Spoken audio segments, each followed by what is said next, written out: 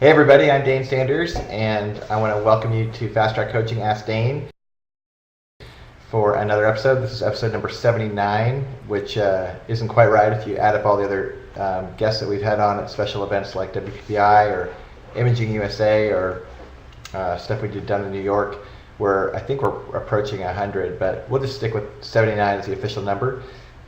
And today's guest is a special one.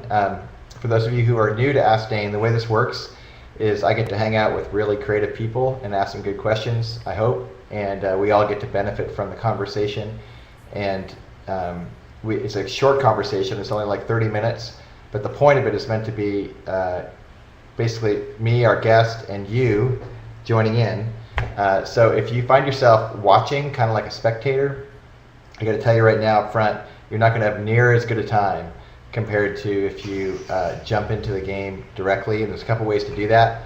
If you're on the vocal interface, in the lower right hand corner you should see a little light bulb, and if you hover over it, it'll say questions. If you want to click on that questions, you can submit questions either by text or by live video. And if it's live video, some, if you dare, can actually set up your camera and jump on and join in the conversation, which is a lot of fun.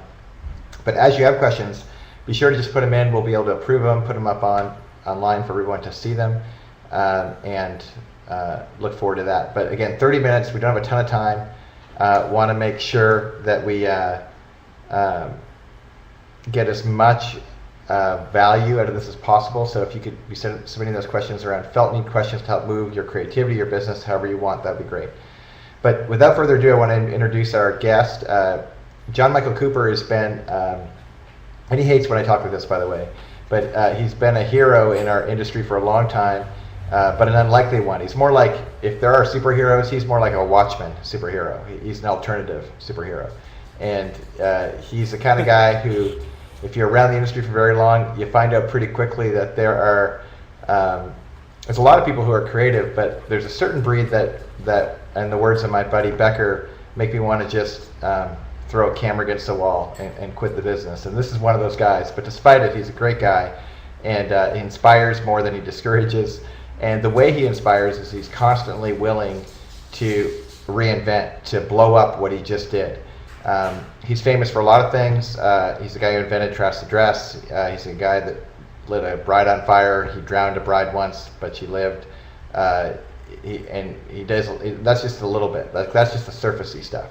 And there's bigger stuff that we're going to find out a little bit about today, and hopefully you'll enjoy the conversation around creativity. And by the way, if you're watching this and you're like, gosh, a friend of mine could really benefit from this, reach out to them, send them an email, send them over to Ask Dane right now so they can join in the conversation too. It's one thing to get on the replay, but if you're on the replay, you're definitely a spectator, and we'd much rather you get involved in the conversation. It'll be richer for everybody. So without further ado, welcome John Michael Cooper to the show. Glad you're here, man. Thank you. Now, John, your moniker online, and a lot of your friends know this already, especially if you're connected to the DWF forum or any of the other places that you frequent. People know you as Alt F, and this is G-rated. But if you could articulate a little bit why Alt F and what that means for people, I think that could be a good way to start the conversation. Pretty much, the short story is I came up with the name Alt F, Alt F Photography. I was at an angry point in my life, which is actually very formative, and I had to come up with a business name, so I decided to go with Alt F, Alt standing for alternative, just because I never like to consider myself the first choice. By definition, alternative is the second choice, so not the first choice or even the proper choice. It's just a different choice. F is an expletive. I can spell it out for you. It starts with an F, but I'll be nice, which will be unusual for me. I was mad at the time, but when I hear the name Alt F, I know I have a lot to live up for. I know it's sort of a guide in my business and my philosophy and everything. I try to do everything different and everything. I don't care if it's the way everyone else is supposed to do it or the first choice. I always take a separate path usually. Now, you're also one of the nicest guys I've ever met in this industry. So despite your kind of biker look and the piercings and the long goatee. And everyone knows this. When they meet you in person, you're a nice guy.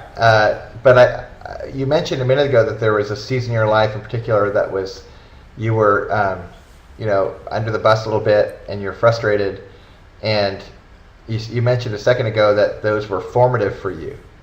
Since today's topic is about creativity and how to find more creativity, say a little bit more about that, because I know this for a fact. There are people who are listening who are very frustrated with where they're at, and sometimes when I have the opportunity to get in conversations with them, I encourage them to increase their dissatisfaction, not try to just kind of get comfortable again. And I'm wondering if you could talk a little bit about the relationship between creativity and frustration.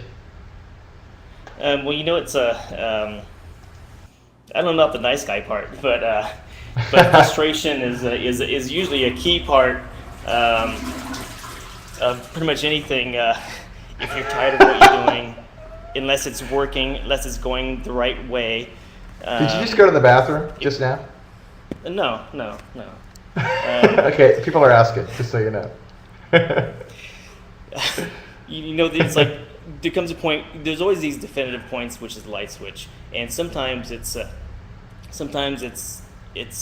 your back is against the wall and you're forced to perform, or someone says no, you can't do that and you can't do that, and then you either comply or you say screw that, I'm going to do it anyway. I had another word about to come out of my mouth, but I stopped myself. And that's what you need to do is you need to find that one thing that pushes your button. And I was just lucky enough to have someone piss me off just enough where they pushed the right button, and I just started doing what I wanted to do and moved on from there. So you have to. Thank you. You have to.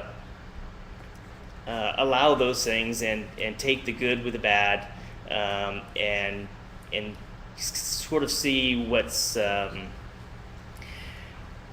might be a bad thing happening or someone holding you down, and just kind of spin it into a different opportunity. I could have just rolled over and played dead after my third time failing, but either I was too stupid to stop, or I finally said, screw it, I'm going to do it, and I just, threw it at the fan and see what stuck, or the wall. That's a better idea. Yeah, well, it's funny. The fan seems more like a fit, because my experience of you is that's what you do. You surprise people. People think they're going to go to a wall and they hit a fan. They think they're going to go in one direction and you take them in another. And for those of you guys who are unfamiliar, John's studio is out in Las Vegas, and he does more than just wedding stuff. There's a lot of stuff going on in different directions. But John, I'm curious, if you were just starting out, knowing what you know now, and you were committed to being creative, like that being the core value, because it seems like that's really clear that that's a really important value for you. How would you spend your time at the initial stages of your business that you're building? Does that question make sense? Yeah, I would pretty much if I can go back and do it again, it's like I have hindsight now, so I know that I can make it. When you're first starting, you always yeah, I can make it. I'm gonna